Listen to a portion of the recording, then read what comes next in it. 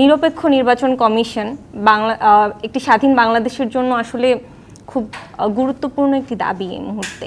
যে নির্বাচন কমিশন ছিল সেটি কি আদৌ নিরপেক্ষ ছিল?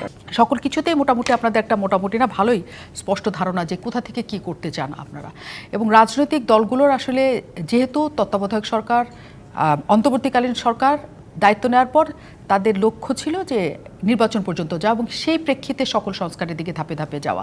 কিন্তু অনেক ধরনের সংস্কারের মধ্যে আমরা নির্বাচন কমিশনের দিকে হাত দিতে দেখিনি এখনো পর্যন্ত। এর মধ্যেই খবর আসলো যে তারা এখন আসলে কি হবে, তারা যদি আগামীকাল পদত্যাগ করে, নির্বাচন কমিশন একটা সাংবিধানিক প্রতিষ্ঠান, সেটা শূন্য হবে কিনা? প্রথমত আপনি আমাকে যে প্রশ্নটি করেছেন সম্পূর্ণ প্রশাসনিক, আমি ছাত্রদের প্রতিনিধি, কাল কি হবে সেটি জানা আমার পক্ষে সম্ভব না। তবে আমি আমাদের পক্ষ থেকে আমাদের দাবি দেওয়া জানাতে পারি। প্রথমত, যে নির্বাচন কমিশন ছিল সেটি কি আদৌ নিরপেক্ষ ছিল? নির্বাচন কমিশনার বা নির্বাচন কমিশনের যে কাজ, তাদের যে ভিত্তি সেটি তো নড়বড়ে ছিল এবং তাদের আসলে মূল্যবোধের জায়গাটিও প্রচণ্ড অস্পষ্ট ছিল।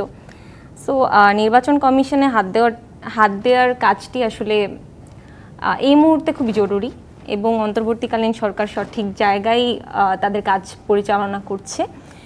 এখন বাকি কি হবে সেটি আমরা বলতে পারছি না, তবে আমরা আমাদের চাওয়া পাওয়া তাদেরকে জানাতে পারি যে একটি নিরপেক্ষ নির্বাচন কমিশন একটি স্বাধীন বাংলাদেশের জন্য আসলে খুব গুরুত্বপূর্ণ একটি দাবি এই মুহূর্তে।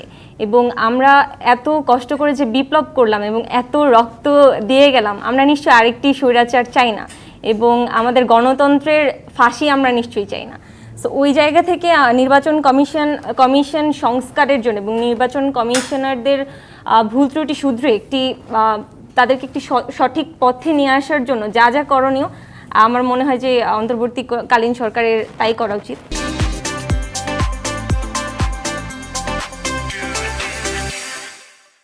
এবং জনগণের জন্য সেটি প্রয়োজন এখন নির্বাচন কমিশন একটা নিরপেক্ষ নির্বাচন কমিশন হোক, এটা সব রাজনৈতিক দলের সাথে সাধারণ মানুষজন আপনারা সবার একমত এক জায়গায় থাকবে। কিন্তু সবসময় বলা হয় যে নির্বাচন প্রক্রিয়া গঠনের প্রক্রিয়াটা আমাদের এখানে স্পষ্ট নয় যে কেমন করে করা হবে। এক এক রাজনৈতিক দল এক এক রকম করে তারা গঠন করেছে। আগের সরকার সার্চ কমিটি গঠনের নামে একটা গঠন করেছিল, তারপর নিজেরাই নিজেদের জানতেন এবং নিজেরাই করতেন।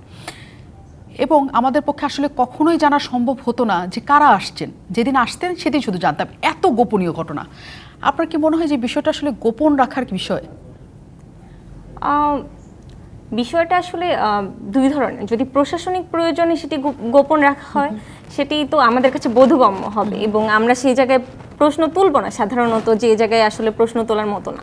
তবে গোপনীয় রাখার কারণটি যেহেতু আমাদের কাছে স্পষ্ট এবং আগের ইতিহাস ঘাটলে আমরা বুঝতে পারছি যে এই গোপনীয়তার আসলে পেছনের রহস্যটা কি, সেই জায়গায় আসলে এটা একদমই কাম্য না। এবং এই নির্বাচন কমিশন গঠনের প্রক্রিয়াটি আসলে স্বচ্ছতা এবং জবাবদিহিতার ভেতরে নিয়ে আসা উচিত এবং আমার মনে হয় বিভিন্ন জায়গার স্টেক হোল্ডারদের পার্টিসিপেশনও এখানে জরুরি এবং সমাজের বিভিন্ন স্তরের ছাত্র, শ্রমিক কিংবা নারী, তাদের মতামতের ভিত্তিতে এমন একটি প্রক্রিয়া এখন নির্বাচন কমিশন গঠন করা জরুরি যে উপায়ে আসলে আমাদের সকলের দাবি দেওয়া তাদের কাছে স্পষ্ট হয়ে আমাদের মাধ্যমেই সেটি আবার ব্যক্ত হতে পারে।